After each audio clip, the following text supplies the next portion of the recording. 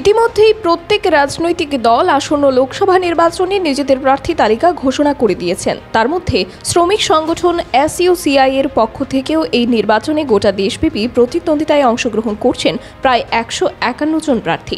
আসন্ন লোকসভা নির্বাচনে SUCI দল দেশের 19টি রাজ্যে এবং 3টি কেন্দ্রশাসিত অঞ্চলে 151টি লোকসভা আসনে এবং অন্ধ্রপ্রদেশে 5টি এবং ওড়িশায় 28টি বিধানসভা আসনে প্রতিদ্বন্দ্বিতা করছেন। ত্রিপুরা পশ্চিম লোকসভা আসনে প্রতিদ্বন্দ্বিতা করতে দলের রাজ্য সম্পাদক অরুণ কুমার ভৌমিককে মনোনীত করা হয়েছে।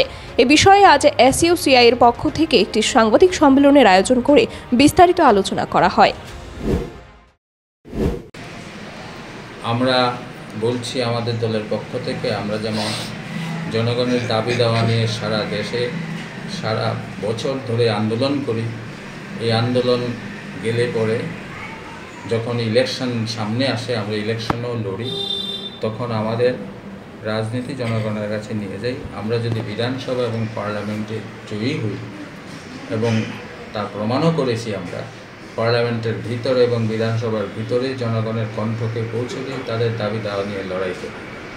এই উদ্দেশ্যে আমরা এবারের 18তম লোকসভা নির্বাচনে আমরা 151টি আসনে সারা ভারতবর্ষে লড়াই করছি। ত্রিপুরা রাজ্য পশ্চিম আসনে আমরা প্রার্থী দিচ্ছি। পশ্চিম আসনে আমাদের দল SUCI কমিউনিস্ট অরুণ কুমার ভৌমিককে মনোনীত করেছে। আমরা আশা করব ত্রিপুরা রাজ্যের ভোটারদের কাছে আমাদের কথা আপনারা পৌঁছে দেবেন, এই আশা রেখে আপনাদের ধন্যবাদ জানাচ্ছি। পূর্ব ত্রিপুরা আসনে আপনারা কি করবেন? কাকে সাপোর্ট করবেন বা কারোর পক্ষে কি লড়াই করছেন? না, আমরা কাউকে সমর্থন করছি না, কারণ কোনো নীতি নেই। নীতিহীন রাজনৈতিক দলগুলি কাকে আমরা সমর্থন করব? এই দায়িত্ব আমরা নিতে পারি না। আজকে এই দল কালকে ওদের চলে যায়। নীতিহীন রাজনীতি, তার কোনো গ্যারান্টি নেই। কাকে আমরা সাপোর্ট করব? আমরা কাউকে সাপোর্ট করছি না।